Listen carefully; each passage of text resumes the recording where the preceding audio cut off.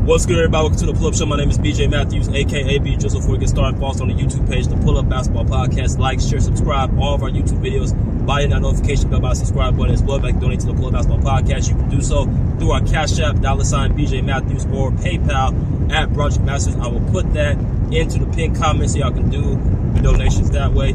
Let's get it popping. Good morning, top of the Sunday, top of the Monday morning, you know what I'm saying? Appreciate y'all coming in online. I hope everybody's having a great morning right now and has a great week and is filled with blessings and prosperity and health. Great health. Bombshell dropped yesterday. You guys understand with Kyrie Irving going to the Dallas Mavericks, traded from the Brooklyn Nets with Markieff Morris for Spencer Dinwiddie, Dorian Finney-Smith, and I believe a couple picks. A first pick and a second pick unprotected, if I'm not mistaken. But I spoke about this yesterday, but I want to speak a little bit more in detail about the Dallas Mavericks, because a lot of people have some questions. Will it work adding Kyrie Irving to the table? So I kind of want to get into depth to that, so here we go. Alright, so first thing is first, I don't know if you guys know, I actually predicted that the Dallas Mavericks would pick up Kyrie Irving over the other teams, the Lakers, the Clippers, and the Suns. For a number of reasons. One of the reasons why I believe the Mavs were going to pick up Kyrie Irving for the simple fact was because they need the help to add with Luka Doncic. Luka Doncic being a star player in the league right now, one of the top 5 players. Usually, when you're able to have that type of cachet, you're able to bring in other players to play with you. And I feel like that's what the Mavericks had them going for themselves. They had Luka Doncic there to actually add value to the city of Dallas and the Dallas Mavericks basketball team. As well as I believe they have the cash to pay Kyrie Irving for a max deal. Now, reports have came out that Kyrie Irving, when he has not signed the extension that he's been asking the Brooklyn Nets for. So right now it's kind of up in the air. Will Kyrie Irving stay with the Dallas Mavericks past this season? It's going to be depending on how they do in the regular season and the playoffs. And also as well as how much Kyrie Irving likes the city of Dallas. Now, I actually have my family. They live in Dallas right now. I just came back from Dallas. I live in California. Dallas is a growing city. It's a very, very economically wealthy city. A lot of businesses down there, a lot of opportunities down there for people, regular people. Big corporations are moving there every single year. The weather is warm. So there's a lot of positive to go through in Dallas, right? But I'm going to be completely honest. It's a certain city where, you know, if you're not actually around it, like the upscale and the, you know what I'm saying, like the type of environment it is, for the most part in the city, then you're not going to be as comfortable, because it's not like the East Coast where Kyrie Irving is from, where, you know, instead of you driving 5 minutes to the next, you know, I don't know, next restaurant or whatever, you might be driving 10, 15 minutes. You know, being so spaced out in Dallas, a person who's from the East Coast can be a little overwhelmed by that. You know, the people are different. The food is different. The scenery is different, but it's to each his own. I just think Kyrie Irving, as far as the city is concerned, I'm not so sure how much he's going to like Dallas, but I can tell you this, he's going to get his money with Mark Cuban and the Mavericks. But that's nonetheless. The question is, will it work with Kyrie Irving being with the Mavericks? And my thing is, it could work, but there's going to have to be some conversations with some of the players about trying to make things actually copacetic and running. It's not a natural fit with Kyrie Irving and Luka Doncic because they're both ball dominant. However, here's one difference. Kyrie Irving can play off the ball, and he's a skilled scorer to the point where he can adjust to anything, right? So that's what people have to pay attention to. Kyrie Irving, yes, is a point guard, but he can play the 2 position. As a matter of fact, he's more comfortable playing the 2 than the 1 because he loves to score the ball. He's a 3-tier scorer. He's a 50, 40, 90 guy. He can get to the basket. He can shoot. He can use either hand. He can do everything. He's the most skilled player, in my opinion, offensively, outside of Kobe Bryant, right? He's just a smaller version of Kobe. As far as Luka Doncic is concerned, I've said this before and I said this time and time again. I don't believe Luka Doncic fits well with other stars. Now, that doesn't mean he cannot fit. I believe he's just used to being the main guy. And with that, he has to make some sacrifices. And that means he's going to have to start making things more comfortable for Kyrie Irving. He said he wanted the help earlier this season. They want the Mavs to make a trade for a star player. You got your star player. You had Jalen Brunson last year. He went to the New York Knicks on a big deal. You got a better version of Jalen Brunson with Kyrie Irving. So this is the help that you wanted, Luka Doncic. So we're going to see how much Luka Doncic, in my opinion, wants to win, or he just wants to be the hero. Okay?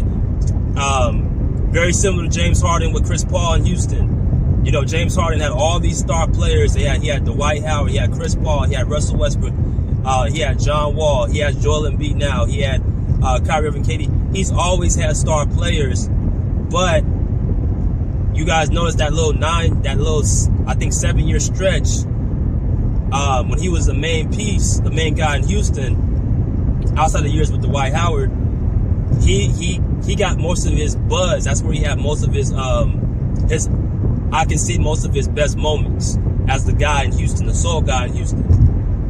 And he did presumably well, even though they didn't make it to the finals. They were going against one team every single year. That was the Golden State Warriors. And that was the only team that was really knocking them out. So if that's the only team knocking you out in the Western Conference, I think that you're doing somewhat well for yourself.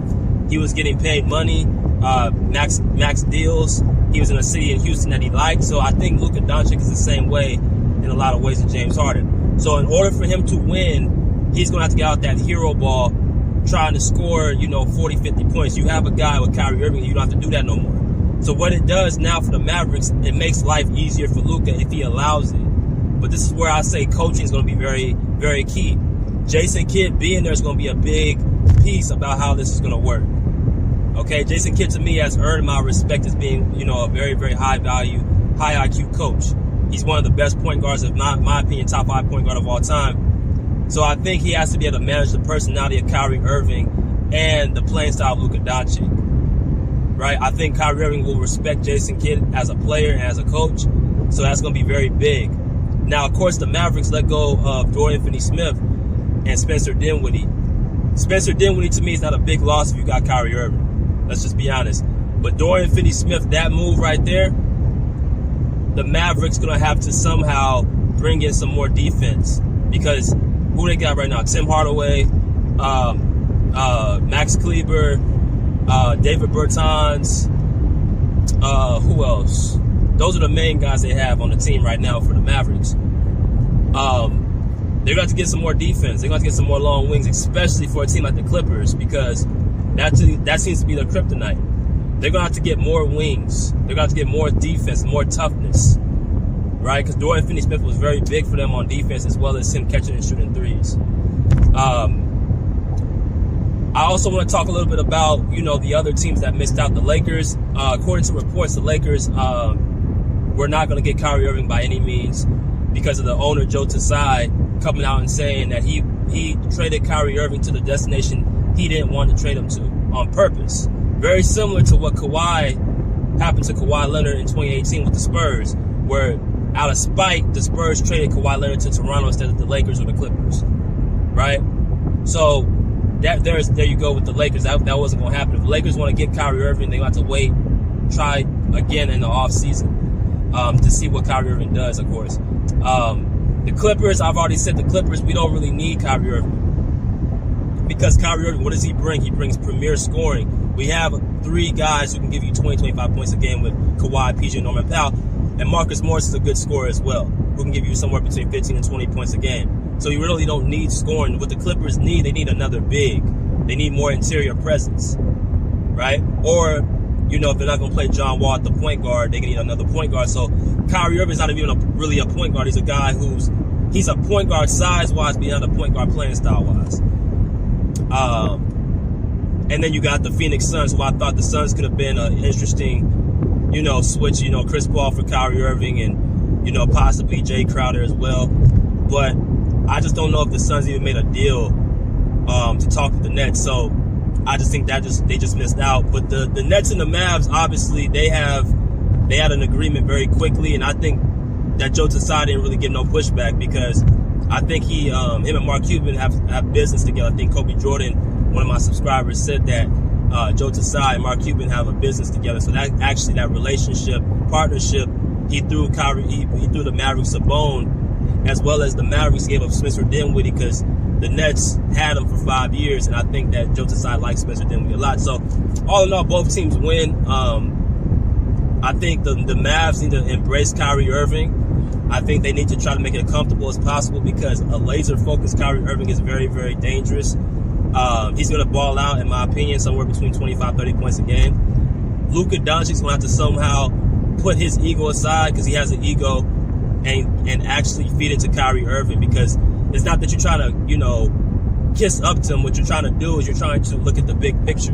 You're trying to, you know Dallas ain't a team that brings a lot of star players as it is. So you get one, you have to make it comfortable enough to try to compete for a championship. So that's what I got to say about that, man. All in all, I think the Mavericks, they make it to the conference finals this year or the second round. As long as they don't have to deal with the Clippers, I think they'll be able to make it as far as they want to make it. Based off their offensive, talent, they give a puncher's chance, as well as they need to surround Kyrie and Luka Doncic with more perimeter defenders. But that's all I got to say about that. Until next time, pull up, see, pull up, check, pull loud.